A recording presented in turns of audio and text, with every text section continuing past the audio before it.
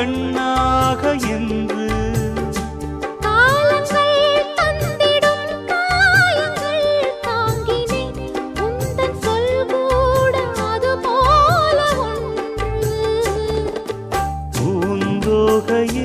சொன்ன என் வார்த்தையே உன்னை அறியாமல் நான் சொன்ன மொழி